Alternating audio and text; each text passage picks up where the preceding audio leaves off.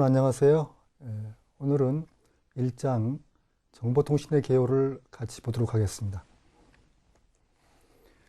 1장에서 얘기할 내용이 상당히 많은데요. 여기 보면은 일단 정보통신의 개념, 그 다음에 정보통신의 역사, 그리고 우리가 굉장히 많이 사용하는데 아날로그란 단어하고 디지털이란 단어가 어떤 차이가 있는지, 그 다음에 우리가 통신이라고 얘기하면은 가장 역사가 오랜 것이 전화죠. 그렇죠? 전화. 그래서 요즘 이제 음성통신이 데이터 통신에 밀려나는 추세에 있습니다만은 그래도 여전히 어떻게 해요? 통신망의 원조는 전화망이거든요. 그래서 전화망 얘기를 좀 하도록 하겠습니다. 자, 맨 첫 번째 얘기입니다. 우리가 정보란 이야기를 굉장히 많이 사용을 하죠. 정보란 얘기를 굉장히 많이 사용하는데, 정보가 뭐냐? 이 정보의 정의도 여러 가지가 있을 수가 있습니다만은, 여기 보면은 관찰이나 측정을 통해서 수집된 데이터를 실제 문제에 도움이 될 수 있도록 해석하고 정리한 지식이다 라고 정의를 하고 있습니다. 뭐 특별한 내용이 없으니까 여러분이 바로 이해하실 수가 있죠. 그러면 정보가 어떤 정보가 있느냐, 정보를 분류하는 방법도 여러 가지가 있습니다만은 일단은 그 정보의 컨텐츠에 따라서 정보를 분류를 해보면은요, 여러분 뭐 보시는 대로 기상 정보도 있고요, 뭐 교통 정보도 있죠. 그 밖에 뭐 여러 가지 정보가 많이 있겠습니다만은 여기서 일일이 예를 드는 것은 피하고요. 좀 전에 말씀드린 대로 이제 정보가 어떤 형태로 표현되고 어떤 형태로 전송되는지 보관되는지 하는 그 정기적인 신호의 형태에 따라서요. 정보를 아날로그 정보, 그 다음에 디지털 정보 이렇게 나눕니다. 그래서 아날로그 정보는 여러분이 이해하기 쉽게 말씀드리면 예전에 디지털 카메라가 등장하기 전에요. 여러분이 사진을 찍으면 이제 필름에 영상 형태로 저장이 됐죠. 그런 정보는 아날로그 정보가 되고요.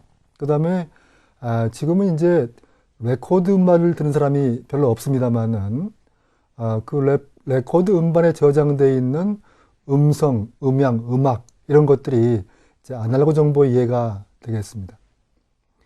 그 다음에 이제 디지털 정보는 키보드를 사용을 해서 입력한 문자, 그 다음에 디지털 카메라에 저장된 영상, 그 다음에 뭐 CD에 저장되는 정보 등등이 이제 디지털 정보가 됐는데요. 결국 아날로그 정보는 어떻게 보면 좀 더 자연스러운 거죠. 그러니까 가공하지 않은 형태의 정보가 될 거고요. 디지털 정보는 결국은 모든 정보를 본래 이제 아날로그 형태의 정보를 1과 0 둘로 표현해 가지고 저장하는 형태의 정보를 우리는 디지털 정보라고 얘기를 합니다. 디지털 정보를 보면 좀 전에 말씀드린 대로 모든 정보가 그게 음악이든지 영상이든지 사람의 목소리든지 이미지든지 상관없이 모든 형태의 디지털 정보는 전부 1과 0으로 표현됩니다. 1과 0으로요. 그래서 그 1과 0 하나하나를 우리는 bit, bit이라고 부르죠. 그렇죠? 그리고요, 이런 이제 비트를 4개 모은 것을요, 부르는 이름이 따로 있는데, 니블이라는 이름으로 부릅니다. 그 다음에 8개 비트, 혹은 이제 2개 니블이 모여진 것을 우리는 바이트라고 부르죠. 그래서 디지털 정보는 기초적으로는 비트가 모여서 1, 0의 비트가 모여서 만들어진 정보, 구성된 정보라고 볼 수가 있습니다.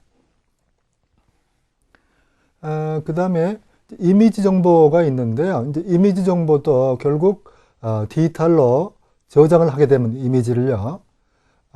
마찬가지로 일자로로 표현되는데요.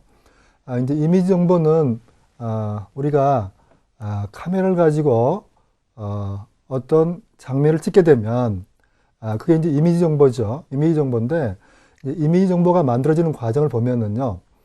일단 화소라는 게 있는데요. 화소라는 것은 이미지 정보를 구성하는 아주 기본적인 단위입니다. 그래서 그 이미지가 흑백일 경우에는요. 각 화소가 1이냐 제로냐 한 비트로 표현이 되고요. 그 다음에 그림 정보가 이미지 정보가 256가지 컬러를 갖는 경우다 라고 하면은요. 그러면 이 경우는 256개의 서로 다른 색을 표현하기 위해서요. 8비트가 필요합니다. 아무튼 이런 것들을 이미지 정보라고 부르죠. 자, 그 다음에 이제 정보통신이란 용어를 우리가 대단히 많이 사용하죠. 그래서 정보통신이란 단어의 의미를 보겠습니다. 일단 두 가지로 넓은 의미, 광의의 정보통신, 그 다음에 좁은 의미, 협의의 정보통신 이렇게 나눠보면은요. 넓은 의미는 상대방에게 정보를 전달하는 모든 과정을 우리가 모두 정보통신이라고 부를 수가 있습니다. 그리고요, 의미를 좀 좁히면 컴퓨터를 통신회사로 연결을 해서 그 컴퓨터 단말기 사이에 정보를 주고받는 통신, 이게 정보통신이 되죠. 그래서 넓은 의미는 거의 뭐 모든 의미의 통신이라는 게 되고요. 그 다음에 의미를 좁히면 우리가 흔히 얘기하는 데이터 통신, 이렇게 의미를 좁혀서 생각할 수 있습니다. 그러면 정보통신은 무슨 역할을 하느냐? 정보통신은 결국 멀리 떨어져 있는, 원격에 있는 사람과 사람 사이의 의사소통을 하기 위한 수단이다 라고 볼 수가 있죠. 그렇죠? 정보통신이 있어야지만 우리가 멀리 떨어져 있는 사람과 커뮤니케이션을 할 수가 있죠. 그죠?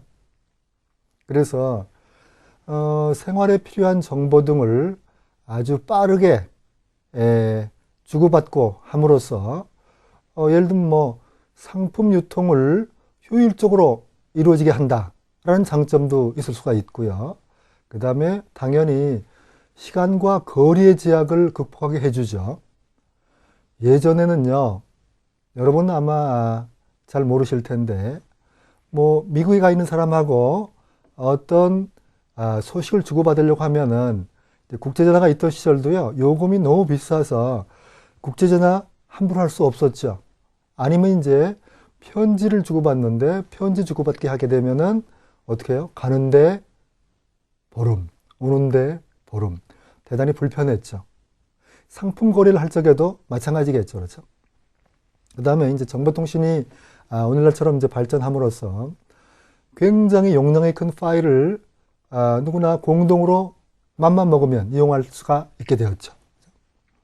결국은 전 세계를 하나로 묶어서 글로벌라이즈, 세계화를 앞당기고 환경 문제 등 비단 환경 문제뿐만이 아니겠습니다만은 범세계적인 문제 해결에 정보통신이 큰 역할을 한다. 환경, 경제, 교육, 문화 등등 모든 분야에 있어서 정보통신이 큰 역할을 담당하고 있죠. 그러면 이번에는 역사를 좀 보도록 하겠습니다. 통신은요, 사실 사람 사이에만 통신하는 것이 아니라 이 세상에 존재하는 모든 생명체의 기본적인 기능이라고 볼 수가 있습니다.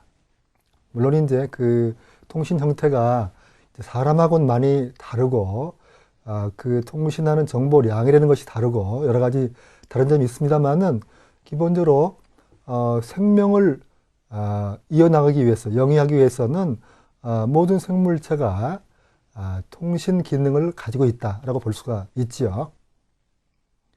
예를 들어서 동물과 곤충들도 생존과 번식을 위해서 소리 혹은 몸짓, 제스처, 그 다음에 분비물, 냄새 등으로 서로 의사소통을 하죠. 그렇죠? 자, 여기 그림이 하나 있는데요. 파발마라는 겁니다. 파발마라는 것은 여러분 뭐 역사에서 배웠겠습니다만은 조선 중기 이후에 자, 중앙정부로부터 멀리 떨어져 있는 지방하고요, 의사 전달을 하려고 하면은 이거 다른 방법이 없죠. 그렇죠? 지금처럼 뭐 휴대전화를 건다? 뭐 이런 거 있을 수 없는 거니까 결국은 사람이 말을 타고 그 소식을 가지고 갈 수밖에 없죠. 그렇죠? 이거는 이제 파발마라는 제도는 이게 말이 체력의 한계 때문에 하루 종일 달릴 수는 없으니까 이제 군데군데 이게 그 말을 둬두고 릴레이 하는 거죠. 그렇죠? 예를 들면 뭐 서울서 부산까지 간다 그러면은 뭐 예를 들어서 제가 정확히 말씀드릴 수는 없습니다만 뭐 수원쯤 막 달려와 가지고 그 말은 쉬게 하고 다른 이제 기운이 충분히 이제 보충된 말을 또 바꿔 타고 가고 이제 그런 거를 우리가 파발마라고 얘기를 하죠. 통신의 하나의 역사라고 볼 수가 있습니다. 그 다음에 이제 여기 나오는 그림은 봉화입니다. 그렇죠? 봉화. 사람이요, 사실은 이제 처음에 인간이 이게 이제 지구상에 등장을 해가지고 처음에 통신을 어떻게 했느냐? 그거는 이제 아까 우리가 뭐 곤충, 뭐 동물 이런 얘기 했습니다만은 뭐 비슷한 형태겠죠. 그렇죠? 손짓. 사실 이제 언어도 처음에는 없었겠죠. 그렇죠? 언어가 이제 나중에 생겼겠고요. 그 다음에 뭐 외마디 소리, 그 다음에 이제 다른 이제 소리 내는 거죠. 뭐 북을 친다든지 뭐 어떤 소리를 내는 거죠. 그렇죠? 이제 이런 형태로 처음에는 인간과 인간 사이에 의사소통을, 정보를 주고받기 시작했겠죠.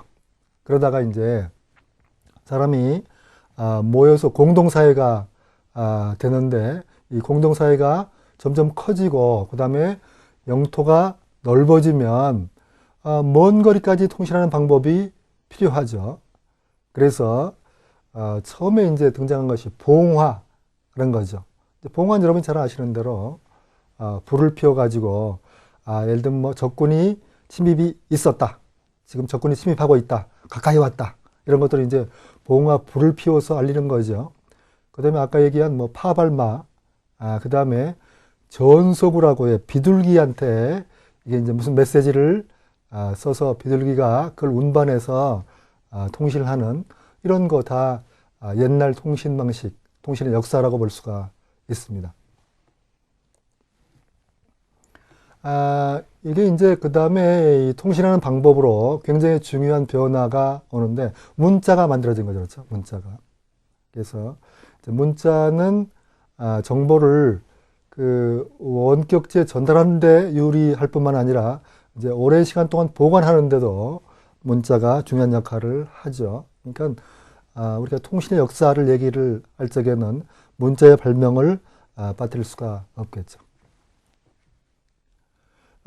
지금까지의 역사라는 건 이제 주로 인력에 의존했다라고 볼 수가 있는데 사람 힘에 뭐 말을 타고 가는 것도 그렇고 그다음에 뭐 목소리 크게 해서 뭐 외친다든지 그다음에 뭐 보호막불을 핀다든지 이거 다 사람이 개입이 돼서 사람의 힘으로 인력으로 통신했다라고 보면은요 이제 획기적인 변화는 전기통신이 발명되면서부터 시작이 되죠. 그래서 전기통신은 과거 전기가 발명되기 이전의 통신하고는 이제 확연히 구분이 가능하죠. 왜냐하면은 기본적으로 전기가 전달되는 속도라는 것이 빛이 전달되는 속도하고 같기 때문에 엄청나게 정보 전달의 속도가 빨라져서 예전의 통신하고는 비교할 수 없는 크나큰 변화가 왔다라고 볼 수가 있습니다. 여기 지금 여러분 그림 보고 계시는데요. 전신기가 있습니다. 전신기가 있죠. 예, 전신기. 전신기는 여러분이 이제 뭐 전보라는 것을 이용할 일이 없어졌죠, 그렇죠? 그렇습니다만은 예전에 이렇게 전화, 그 다음에 휴대전화 이런 것들이 등장하기 전에는요, 전보가 굉장히 훌륭한 통신수단이었습니다. 예를 들면 뭐 시골에 계신 아버님이 서울에 있는 서울의 유학원 아들을 만나러 온다. 그럼 이제 아들한테 전보를 치죠. 뭐 몇 월 며칠 날 뭐 서울역에 도착 예정. 이거 전보를 쳤어요. 그때 이용된 게 이제 전신이죠. 지금은 이게 남아있는 게 아마 이제 박물관에 가면 볼 수 있을 거고요. 거의 보기 힘들어졌죠. 그죠? 뭐 이용되고 있는 예가 전혀 없진 않겠습니다만 이제 거의 없다고 볼 수 있습니다. 그 다음에 여러분이 잘 아시는 이제 1876년에 미국의 벨이 전화기를 발명을 해서 이 사람의 목소리를 이제 원거리까지 통신할 수 있게 되게 되죠. 그 다음에 1901년에 말코니가 몰스 부호 송출기를 발명했다라는 얘기인데 사실 이제 좀 전에 전시를 봤습니다만 그거에 더 이전 형태라고 볼 수가 있습니다. 그래서 1차 세계대전 때는 이제 무선 전신하고 전화가 사용되기 시작을 했고요. 그 다음에 2차 세계대전 때는 지상하고 그 다음에 비행기, 항공기 사이에도 통신이 가능하게 되는 그런 발전이 있게 됩니다. 자, 그 다음에 이제 또 한 번의 역사적인 그 큰 발전이 이제 컴퓨터하고 이제 통신이 결합된 형태가 되는데요. 일단 그 전에 이제 네트워크라는 얘기를 좀 하겠습니다. 네트워크라는 이야기는 통신하는 상대방이 딱 두 명만 있어서 1대1로 묶여 있으면요. 그걸 이제 네트워크라고 부르지는 않습니다. 그런데 이제 그 통신하고자 하는 사람들이 많아지면 그러면 어떻게 해요? 여러 사람 간에 다자 간에 통신을 하기 위해서는 굉장히 복잡한 연결이 필요하죠. 그런 이제 연결이 이루어진 형태, 망 그런 것들을 이제 우리가 네트워크라고 부르죠. 그렇죠? 아무튼 정보통신 기술은 정보 전달의 시간적, 지역적, 개인적 격차를 해소하는 방향으로 계속 발전하고 있죠. 지금도 하고 있고요. 그 다음에 우리가 정보통신 시스템이라고 이제 부르기도 하는데 시스템이라는 이야기는 컴퓨터가 들어간 정보 시스템하고 그 다음에 통신 시스템이 같이 이제 결합을 해서 특정 목적으로 이용될 적에 우리는 그거를 정보통신 시스템이라고 부릅니다. 여러분이 보시는 그림들은 최초의 컴퓨터 1946년에 발명된 ENIAC이라는 컴퓨터 그림 보고 있는데 지금으로 얘기하면은 뭐 우리가 휴대전화에 사용하는 휴대전화에 이제 전부 스마트폰이 되면서 컴퓨터가 들어가죠. 그런 컴퓨터에 뭐 몇백 분의 1 정도 혹은 뭐 몇천 분의 1 정도의 수준의 기능을 갖는 이제 컴퓨터가 될 텐데요. 그때 당시는 굉장한 획기적인 발명이었고요. 덩치가 뭐 초등학교 교실 2개 내지 3개 정도의 면적을 차지하는 대단히 큰 덩치를 가진 컴퓨터였다. 그리고 이제 이게 정보통신의 그다음 단계로 데이터 통신이라는 것이 등장을 하죠. 그렇죠? 데이터 통신이 등장하는데 데이터 통신의 초기 역사는요, 이제 군사적인 이용을 위해서 이게 만들어졌습니다. SAGE, 그래서요, Semi Automatic Ground Environment System, 이란 게 이제 SAGE인데요. 이거는, 이제 미국하고, 구소련이요, 소련이 굉장히, 냉전 시대를 거치면서, 긴장이 고조됐던 시절에, 그러니까 미국에서 미사일을 발사하면 비행기가 이륙하면은 그것을 레이더로 미리 알아내서요. 아군기가 혹은 아군 레이더가 발사되거나 아군기가 거기에 대응하기 위해서 출격하게 되는 이제 그런 거를 자동화하는데 이 데이터 통신이 이용되게 됩니다. 그게 이제 세이지라는 시스템인데 사실은 뭐 많은 기술들이 이렇게 군사적인 목적으로 만들어져서요. 나중에 이제 상용화 과정을 거치게 됩니다. 우리가 사용하고 있는 컴퓨터 기술, 통신 기술의 거의 대부분이 사실 원천을 따지면은요, 군사적인 목적으로 처음에 개발됐습니다. 나중에 말씀드릴 게가 있겠습니다만은 여러분이 매일처럼 사용하는 인터넷도요, 사실은 초창기에는 군사적인 목적으로 만들어진 거죠. 자, 이게 인터넷 그림이 있습니다. 그렇죠? 인터넷이 등장하기 전에도요, 사실은 이제 컴퓨터 네트워크가 있었는데, 예를 들면은, IBM이라는 회사가 있죠, 컴퓨터 회사가. 1974년에 SNA라고 부르는 자기네가 만든 컴퓨터하고 단말기를 서로 엮어주는 그런 네트워크 구조를 SNA라고 부릅니다. 그리고 이제 SNA라는 것이 만들어지고 그 SNA라는 구조를 이용을 해서 IBM이 자기네가 만든 단말기나 컴퓨터를 서로 엮어주는, 묶어주는 이제 일을 하게 된 것이 기술적으로는 이제 컴퓨터 네트워크의 큰 발전 중에 한 가지고요. 요즘 우리가 사용하는 이제 인터넷은 TCP/IP라는 통신 프로토콜이 만들어지면서 전 세계가 이제 하나의 네트워크로 묶이게 되는데, 요 TCP/IP라는 이야기는 나중에 뒤에 가서 다시 한번 말씀을 드리도록 하겠습니다. 그리고요, 일단은 인터넷이 이렇게 오늘날처럼 이제 확산되기 전에는요, 각 컴퓨터 회사가 각자 자기네 컴퓨터를 연결하기 위해서, 자기네 단말기를 연결하기 위해서 네트워크 구조를 갖고 있었어요. 그 중에 하나가 IBM의 SNA라는 게 되죠.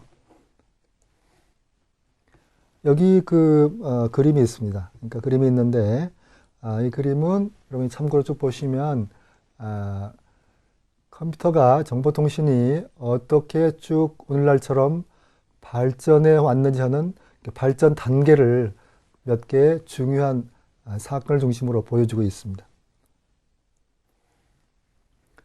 자, 그러면, 약간 좀 이제 기술적인 얘기가 될지도 모르겠는데, 신호가 무엇인가요? 하는 얘기를 하겠습니다. 신호라는 것은 내가 원격지에 있는 누군가에게 정보를 전달하려고 하면은 결국은 그 정보가 전기 신호로 바뀌어서 전기의 형태로 원격지까지 가고, 그 원격지에서 그 전기 신호를 받아가지고 다시 이제 본래 정보로 환원해서 이용하게 되죠. 아무튼 신호라는 것은 정보를 원격지까지 전달하기 위해서 정보를 전기 신호 혹은 뭐 광신호 혹은 뭐 자기 신호 등등으로 이게 바꾼 형태, 그걸 이제 우리가 신호라고 얘기합니다. 그러니까 먼 거리까지 정보를 보내려고 하면 반드시 정보는 일단 신호라는 것으로 바뀌고 그 신호가 원격지까지 간 다음에 그곳에서 다시 어떻게 해요? 본래의 정보의 형태로 환원돼서 이제 사람이나 컴퓨터가 이용하게 되는 거죠. 그런데 이제 그 전기 신호 혹은 뭐 다른 신호도 마찬가지입니다만은 이게 전기 신호는 이제 주로 전기 신호가 통신에 이용되니까 이제 아날로그 형태의 신호가 있고 그 다음에 디지털 형태가 있습니다. 아날로그 형태의 신호가 있고 디지털 형태의 신호가 있습니다. 본래 이제 아날로그란 말 자체는 유사하다, 비슷하다 라는 뜻이고요. 어떤 물리량의 변화가 표현 수단에서의 변화 모습과 비슷하다라는 뜻입니다. 예를 들면 뭐 이게 사람의 목소리의 이제 크기가 크다라는 거 하고요. 그 다음에 이걸 이제 아날로그 전기 신호로 표현하면은 아날로그 전기 신호도 어떻게 해요? 이제 진폭이 크다 이렇게 표현되게 됩니다. 그래서 금방 이제 본대로 물리량의 변화가 사람 목소리의 크기가 크다라는 거 하고요. 그 다음에 표현 수단, 결국은 아날로그 전기 신호로 표현했을 경우에 볼티지가 진폭이 크다. 이렇게 이제 비슷하게 표현된다. 그런 의미에서 우리가 이제 그런 것을 아날로그 신호다. 라고 이야기하게 됩니다. 그 다음에 이제 디지털 신호가 있는데요. 디지털 신호는, 본래 이제 디지털이라는 이야기는 디짓에서 온 말인데, 디짓이란 말은 이제 손가락, 우리가 이제 못을 셀 적에 원시적으로 손가락을 많이 썼겠죠. 그렇죠? 그래서 손가락으로 이제 여러분 뭐 초등학교 때는 처음에 뭐 덧셈 뺄셈 하려고 하면 이제 손가락을 동원하잖아요. 그죠? 아무튼 손가락은 한 개, 아니면 두 개, 아니면 세 개, 뭐 한 개 반 이런 게 없죠. 그렇죠? 그러니까 한 개하고 두 개 사이에는 다른 물리량이 없죠. 그렇죠? 앞에서 말씀드린 대로 이제 디지털은 결국 1이냐, 제로냐, 1이냐, 0이냐, 그 두 가지를 가지고 모든 정보를 표현하게 되죠.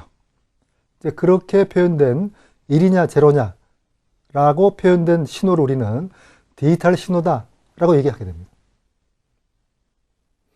통신 시스템에서는요, 데이터는 전자기 신호를 이용해서 한 지점에서 다른 지점으로 전달을 하게 됩니다.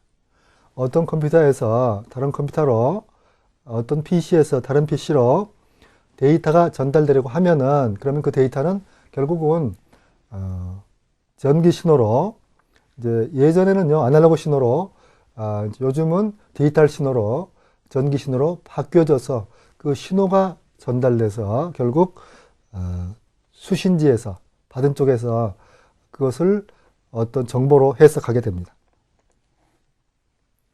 자, 그림이 나와 있는데 이 그림을 보면은 이제 아날로그 신호가 우선 그림이 나와 있습니다. 그러니까 우리가 뭐 학교에서 배운 정연파, 사인 웨이브죠, 그렇죠? 이제 사인 웨이브 혹은 뭐 코사인 뭐 모양 같습니다만은 아날로그 신호의 모양이 나와 있죠, 그렇죠? 그래서 진폭, 그 다음에 파장, 그 다음에 이제 주파수 이런 걸로 아날로그 신호는 표현할 수 있게 됩니다. 아날로그 신호는 주파수에 따라서 다양한 매체를 통해 전송이 되는 거고요. 연속적으로 변하는 전자기파를 의미를 합니다. 그 다음에 디지털 신호는요, 매체를 통해 전송되는 일련의 전화 펄스를 의미한다. 이게 전화 펄스라는 것은 좀 표현이 어렵습니다만 결국은 1이냐, 제로냐, 그 두 가지를 가지고 표현한다는 얘기입니다.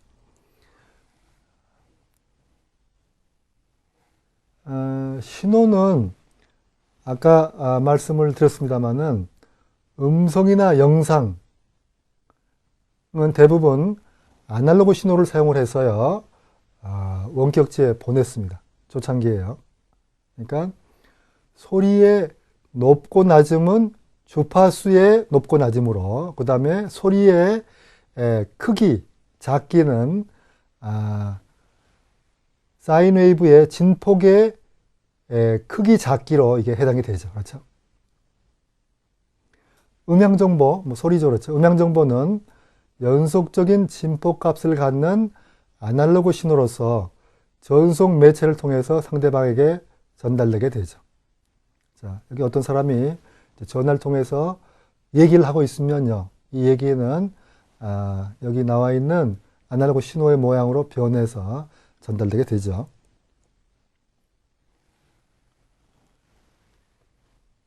아날로그 신호의 또 다른 예는 TV 화면, 영상 정보가 있습니다. 그죠? 영상 정보가요. 영상 정보가 있는데 요즘 이제 TV가 전부 이제 디지털로 변화되면서 결국은 이런 영상 정보도 디지털 형태로 변화돼서 전송되게 됩니다. 그죠? 여기는 지금 TV 화면에 영상 정보의 레솔루션을 보여주고 있는데, 우리가 사용하는 종전에 이제 아날로그 방식의 TV 전송 방식을 NTSC라고 부르고, 그게 이제 화질을 결정하는 것은요, 480 라인이냐, 뭐 1080 라인이냐, 이게 한 화면에 이게 이제 그 주사선의 수가 되는데, 주사선의 수가 많을수록 좀 더 화질이 좋아지게 되겠죠. 그렇죠? 디지털 신호는 좀 전에 말씀드린 대로 여기 그림이 나와 있는 대로요. 우리가 이제 키보드에서 뭐 어떤 걸 입력을 하게 되면 그게 이제 전송될 적에는 지금 그림에서 보시는 대로 1이냐, 제로냐 이런 형태로 디지털 신호로 표현돼서 전송되게 되죠. 아날로그하고 디지털의 차이를 잠깐 말씀드리면은 아날로그는요, 선과, 그러니까 아날로그는 선에, 그 다음에 디지털은 숫자로 이렇게 비유할 수가 있겠습니다. 그러니까 아날로그는 좀 전에 그림에서 봤죠? 곡선의 형태로 정보를 전달을 하고요. 그러니까 전류의 주파수나 진폭 등 연속적으로 변화하는 형태로 전류를 전달을 하고요. 디지털은 0과 1이라는 숫자를 통해서 정보를 전달하는 거죠.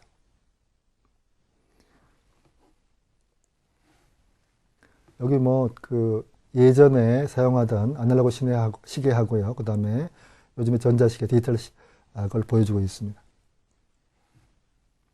그러면 왜 예전에 아날로그 방식으로 통신을 하다가 왜 전부 디지털 방식으로 바뀌게 되느냐?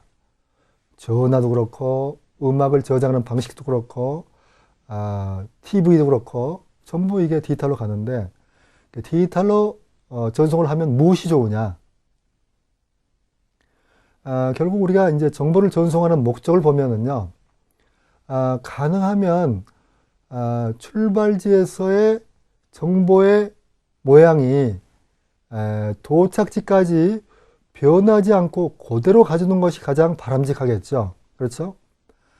이걸 이제 정보의 표현의 품질이라고 부르는데, 가능하면 표현의 품질이 높아야 되겠죠. 그렇죠? 높아야 될 거라고요. 그런데 아날로그 방식은요, 거리가 멀어지면 멀어질수록 사용하는 전기 신호가 모양이 변형을 일으켜서요, 본래 형태하고 달라지게 됩니다. 점점점 거리가 멀어지면 소리가 줄어들죠. 그렇죠? 줄어들어요. 줄어들면 중간중간 그것을 증폭을 합니다.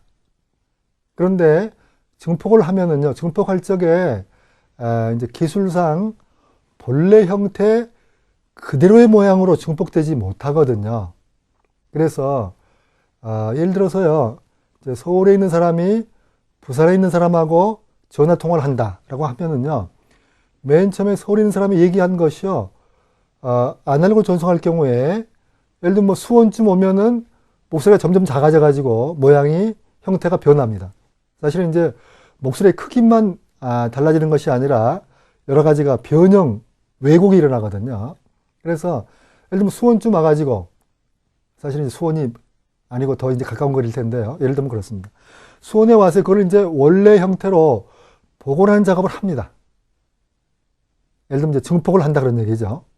그런데 그 증폭될 적에요, 통신 구간에서 침입한 노이즈, 잡음, 그 다음에 다른 것들이 같이 증폭이 일어나고요. 그래서 거리가 멀면 멀수록 점점 더 품질이 저하되게 되는 현상이 생깁니다. 거기에 비해서 디지털 방식은요, 이제 이건 1제로로만 표현하기 때문에, 이제 디지털 신호도 물론 그러한 감쇄, 모양의 변형이 일어납니다만은 이거는 비교적 쉽게 원형 그대로 복구가 가능하죠. 복구가. 그래서 원래 0이었느냐, 1이었느냐 하는 걸 복구하는 데 초점을 맞추면 되기 때문에 훨씬 어떻게 해요? 복구하기가 쉽습니다. 그죠? 쉬워요. 그래서 디지털로 전송을 하게 되면은 결론적으로 훨씬 더 음질이 좋은, 그 다음에 영상의 경우에도 화질이 좋은 정보를 전송할 수가 있게 됩니다. 여러분이 옛날 레코드판, 아날로그로 음악을 저장했다 듣는 것보다는 요즘에 CD로 음악을 저장했다 듣는, 그러니까 예전에는 아날로그 방식, 요즘은 디지털 방식 이렇게 되죠. 두 개의 음질의 차이를 여러분이 느껴볼 수가 있죠. 그렇죠? 느껴볼 수가 있습니다. 결국은 디지털로 저장했다가 나중에 재생하는 것이 훨씬 더 음질이 좋죠. 저장뿐만이 아니라 원격지에 전송할 적에도 똑같은 현상이 생기는 거거든요. 그래서 결국은 이제 디지털 방식이 더 여러모로 유리합니다. 유리한 거는 이제 품질이 좋다는 측면뿐만이 아니라 비용도 적게 들어요. 비용도 적게 들고요. 그 다음에 또 한 가지 말씀드리면은 요새 그 보안이 많이 문제가 되죠. 그렇죠. 보안이. 내가 어떤 정보를 보내는데 그것을 중간에 누군가가 훔쳐가면은 안 되겠죠. 그렇죠. 그럴 경우에 그것을 디지털로 바꾸게 되면은요, 이제 암호화 작업을 통해서요, 훨씬 안전하게 원격지까지 전송이 가능하게 됩니다. 자, 그래서 아날로그 방식에 비해서는 디지털 방식이 여러모로 유리하기 때문에 지금까지 모든 곳에서 아날로그로부터 디지털로 변화가 이루어지고 있고요. 이제 가장 마지막이 TV죠. 그렇죠. TV도 여러분이 잘 아시는 대로 이제 아날로그 TV 방송이 종료가 되고 모든 TV 방송이 이제 디지털로만 이루어지는 시대가 되게 됩니다. 자, 그 다음에 우리가 그러면 이제 디지털로 전송할 적에요.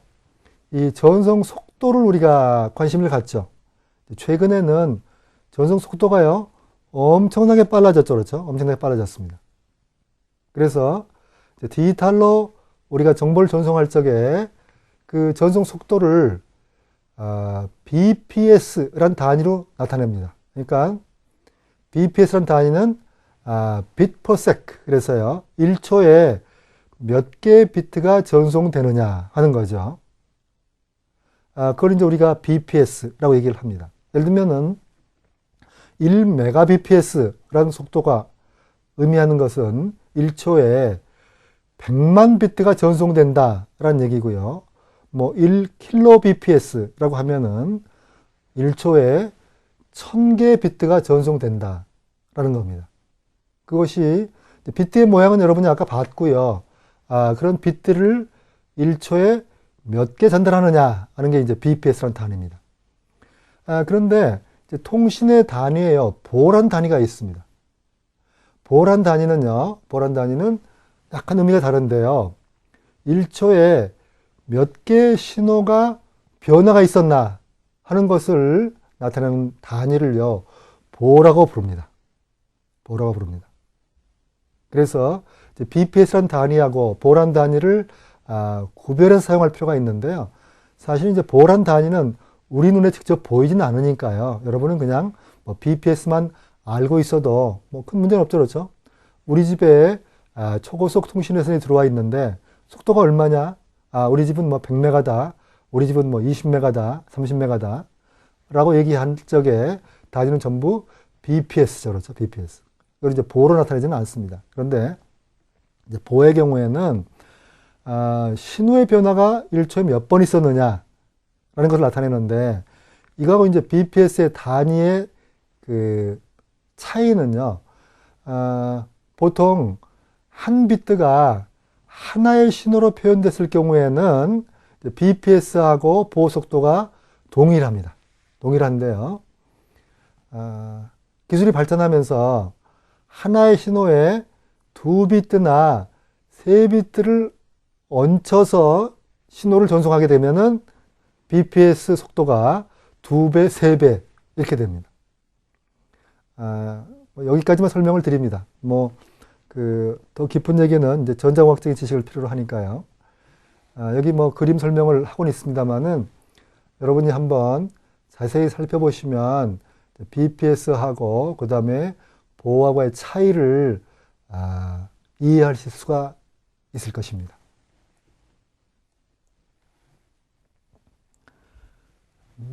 여기 팁이 하나 있는데, 전기가 어떻게 발견되었나요? BC 600년경에 그리스의 탈레스가 처음 발견했다. 그런 얘기 참고로 보시고요. 그 다음에 이제 통신을 이해하는 데 있어서요, 주파수란, 주파 스펙트럼하고요, 이제 대역폭이란 용어를 여러분이 이해할 필요가 있습니다. 우선, 주파수란 것은요, 예를 들어서 사인 웨이브가 1초에 몇 번 나타나느냐. 그게 이제 한 번 나타나면 1Hz라고 부르고 300번 나타나면 300Hz, 그 다음에 뭐 3300번 나타나면 3300Hz가 되는 거죠. 그렇죠? 그래서 여기 지금 사람의 목소리를 전송할 적에 필요한 주파수는요, 300Hz에서 3300Hz 정도가 됩니다. 이걸 이제 우리가 음성 대역이라고 부르기도 하는데요. 여기 그림을 보시면은 라디오 주파수, 마이크로웨이브, 적외선, 가시광선, 자외선, 엑스레이, 감마레이 순서로 쭉 나열되어 있는데요. 자, 오른쪽으로 갈수록 주파수가 점점 더 높아지고 있는 것을 알 수가 있습니다. 우리가요, 라디오 방송을 들을 적에요, 어떤 방송은 뭐 700kHz다라고 하면은, 그 방송국에서요, 우리 집까지 음성 신호가 날라올 적에 사용되는 그 신호가 1초에 700kB 이게 나타난다라는 의미가 되죠.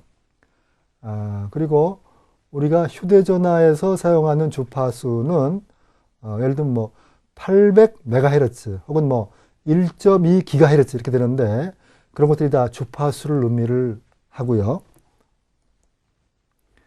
대역폭이라는 것은 그 주파수 중에서, 사용하는 주파수 중에서 가장 낮은 쪽, 그 다음에 가장 높은 쪽이 있게 되는데, 아까 말씀드린 전화의 경우에 음성 대역폭은 300Hz에서 3300Hz라고 말씀드렸는데, 제일 높은 주파수에서 가장 낮은 주파수를 뺀 값을요, 우리가 대역폭이다, 밴드위드다 라고 부르는 겁니다.